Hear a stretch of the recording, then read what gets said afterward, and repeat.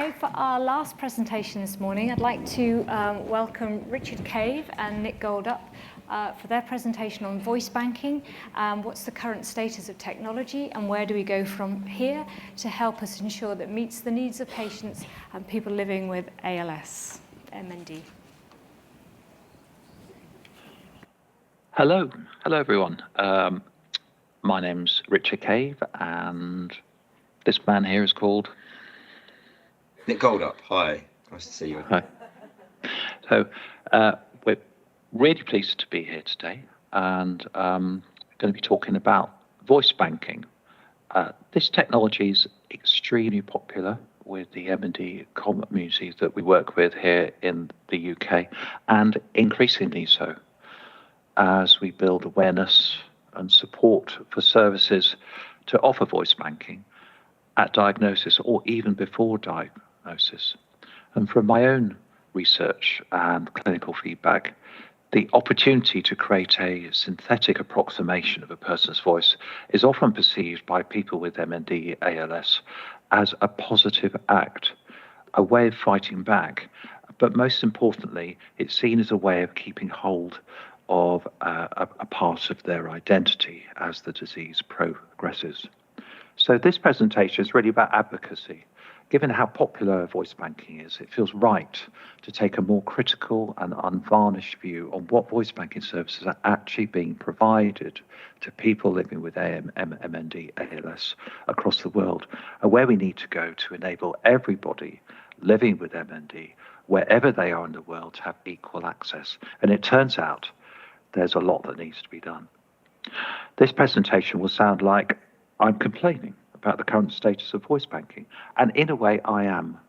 After all, the MND ALS community are the biggest customers of voice banking services, and our needs should be better understood and prioritised.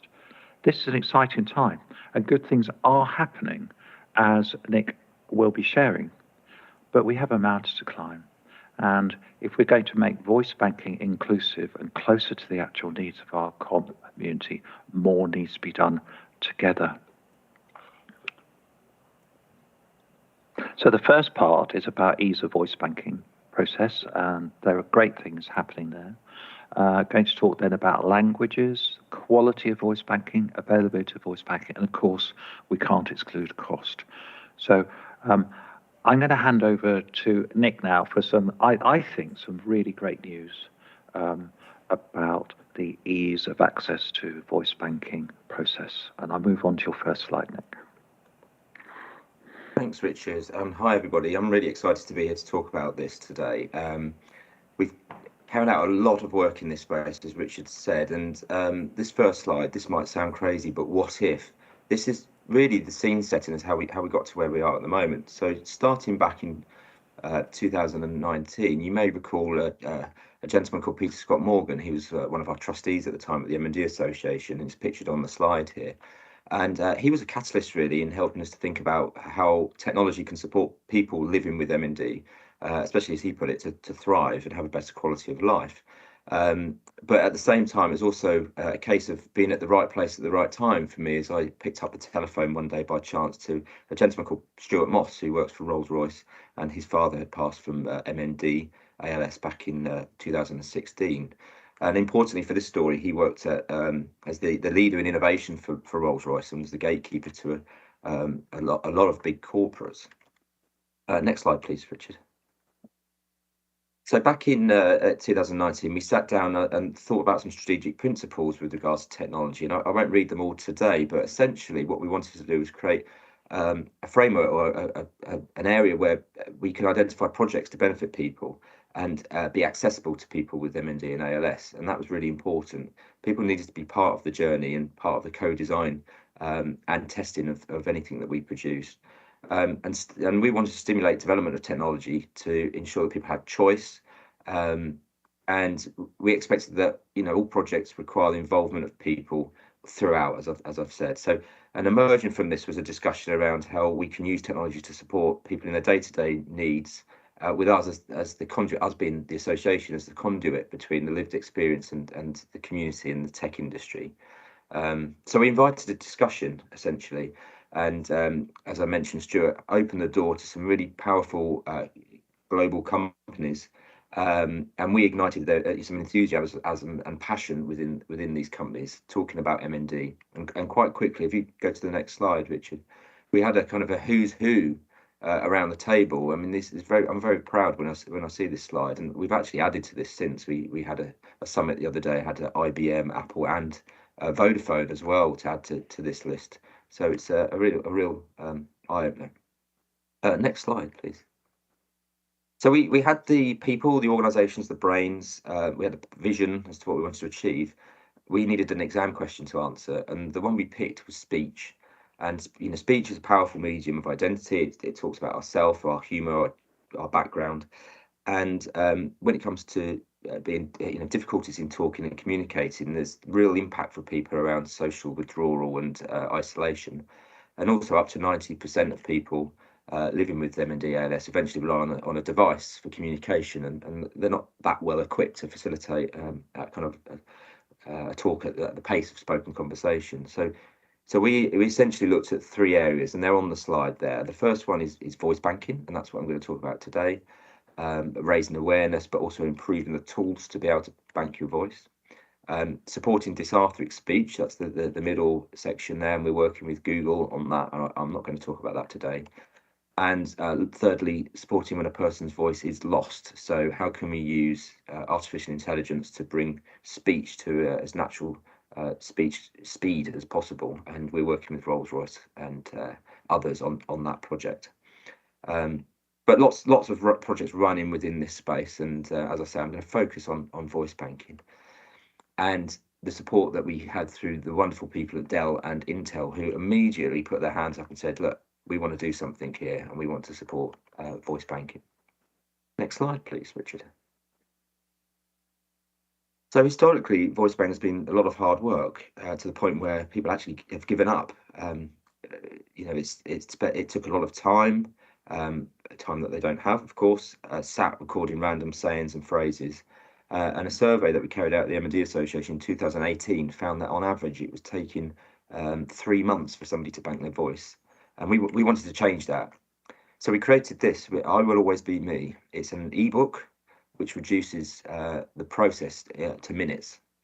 And our vision is the creation of an electronic storybook which prepares families for a future living with MND, but at the same time banking their voice. So in other words, by the time you've read the book, you've banked your voice. Isn't that amazing? And it takes 25 minutes approximately, around that figure, to bank your voice, which is just a lot quicker than it's ever been.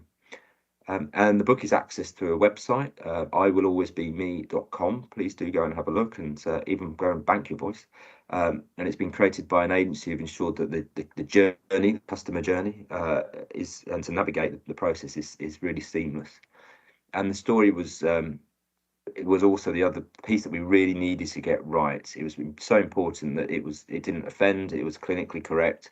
We went through this in a lot of iterations, and an American author called Jill Twiss helped us to create the story, and illustrations by Nicholas Stevenson, who's a British illustrator.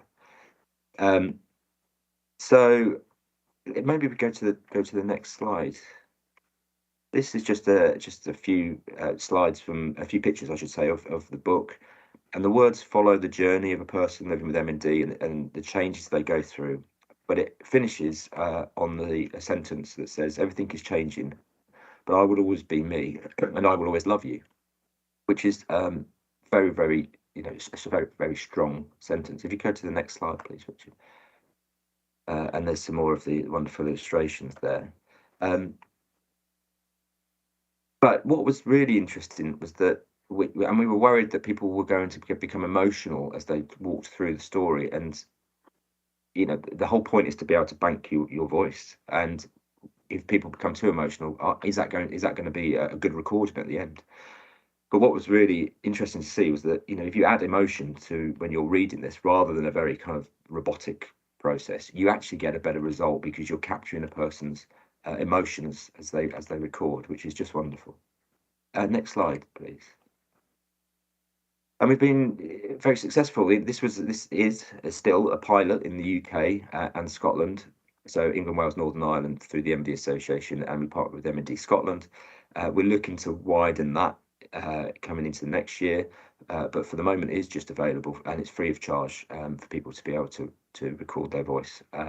But we've been winning some awards. We won a Grand Prix award at Cannes, and that's the picture of us on stage there, and appeared in Forbes as well and other publications, which is, from an awareness point of view, it's just wonderful. I think that was my last slide. Have you that is. It is. So back to you, Richard. Thank you. And I just really like that project because actually it makes voice banking accessible. Nothing to download. No special kind of equipment. It's a really neat way. I'm just going to talk about languages now. So, language matters. The language I speak and the words I use in the language I choose reflect me, and it's integral to my identity. If I had to deliver this presentation in Spanish or even in Hindi, you would not get much of a sense of who I am or indeed what I want to say. Actually, it would be a complete disaster. It's not enough for a voice bank to sound like a person's voice if it cannot be used in the language a person uses. If we cannot voice bank in a person's own language, we are limited to the fixed words and phrases in message banking. So, if a person's preferred language is not available, then the benefits of voice banking are not available and they're simply excluded. So, voice banking providers do provide some options for voices, mainly European, but VoiceKeeper also has Hebrew and Acapella has Arabic, but it's everybody does English. And what does this actually mean? Well, out of the top 14 languages spoken in the world, 8 are not covered at all for voice banking. And that, for those 14 language groups, that means that about just over 50% of those people have no voice banking options. And that actually equates to just under 3 billion people across the world. And just over 7,000 languages are spoken today, but just 23 languages account for more than half the world's population. My point is that voice banking is not available for any languages in South Asia, Southeast Asia, Africa. It remains very Eurocentric and it's not equal, and we have to do more here. One of the issues is that I think voice banking providers are making their own calls on what language they should look at next. I've never been involved in any kind of focus groups or research around what language should benefit the people with MND most. And I think we need to work closer with these suppliers. The next thing is quality. The idea behind voice banking is to make a synthetic approximation of a person's voice. But how close are we to that? And is that actually what people with MND-ALS expect when they hear about voice banking services? Well, here are some quotes. These are taken from the voice banking websites, supplier websites. And it's... in my published research, it was quite apparent that people living with MND-ALS had various expectations of voice banking, that it would be closer to preserving the way they communicate, not just how they sound. And we know that's not the case, as voice banking really is nothing more than an additional voice in a communication device. However, voice banking suppliers are not helping much to set expectations here. I took these quotes from the voice banking services, and very few make it clear up front how voice bank is used. None talked about the frankly robotic nature of many voice banking files and how emotion and stress are difficult to convey using a voice bank. In short, expectations are easily misaligned. Particularly for people who are newly diagnosed with MND-ALS. We need to do more here. There is some good news in terms of availability and cost. These days, when a person banks their voice with a supplier, the options for ASE remain, for the most part, open. So if ever they need to use a communication device in the future, the choices are not dictated by the voice banking service they provide. This is a massive achievement and mostly only delivered in 2022. And I want to thank Smartbox, TherapyBox, Toby Dynavox, Liberator, as well as Acapella, the Voice Keeper, and Speaking for working together to make this happen. I'll be honest here. We at the MND Association set up some of those calls for those folks to work together. And it really shows the power of when we do work together, good things happen. And I Will Always Be Me is another example of that. But there is still more work to do. And we cannot forget cost. When we look at the needs of people living with MND ALS on a global level, there are tremendous opportunities here to reach frankly vast communities on our planet living with ALS. I don't have the answer on costs, but there's something that we need to talk about. And, organisations such as the MND Association, Team Gleason, are managing costs as best they can for their communities, but they are the exception when we think globally. We need to be more creative here. Finally, I want to say again, people living with MND ALS are the biggest customers of voice banking. And we know that voice banking has tremendous value for the communities that we work with.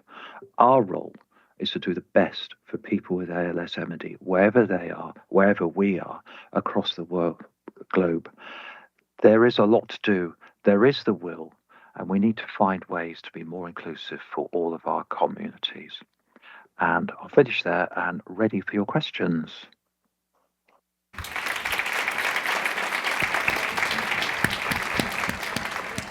Thank you, Richard and Nick. I think you really have your work cut out for you to make voice banking accessible to the rest of the world, I think. We have time for one very quick question. There's an online question. Oh, thank you. This is from Miriam. And first of all, she says, what a beautiful resource. Is the voice I create, will the voice I create be compatible with main communication software such as Predictable or Grid 3? I think I'm going to let Richard answer this. I'm so sorry, I actually didn't hear the question, which was very remiss of me. I'm sorry about that. So this is a question from Miriam, and they are asking, is the voice I create, or will the voice I create be compatible with the main communication softwares such as Predictable or Grid 3? So I'm so sorry, the sound here is slightly challenging for me, which is not great. So actually somebody answered her in the chat from Team Gleason. Yay, Team Gleason. We will answer yes. I think I can answer it, that it should be compatible, is the answer, but we'll come back to you. Great. Any more questions? That was a very quick one. You can have another one. Hello, I'm Rachel. I'm a speech pathologist from Australia. Tomorrow I'll actually be presenting a decision-making tool we've developed for voice banking. It would be amazing for one day if we could put this into our decision-making tool and it was available to us in Australia. But I'd just like to know what kind of response you've had from this in the patients that have used it, in terms of them being very overwhelmed in the beginning process of voice banking, and there's lots of things going on, and not wanting to think about possibly losing their voice, so not wanting to start the process of voice banking. Has it had any benefit in terms of that? There's been, well, I'll start, then Richard can jump in, but there's been loads of benefit, actually. So just because the process is so different and so engaging, you can create a situation where you're reading the book to your family or to your loved one. And so we found that more people are engaging with it because of that, because it's more of an experience. Would you want to, Richard, did you hear the question? No. No, was it about emotion in speech or voice banking? But I'm actually guessing. I don't know who invited Richard along. He's been useless.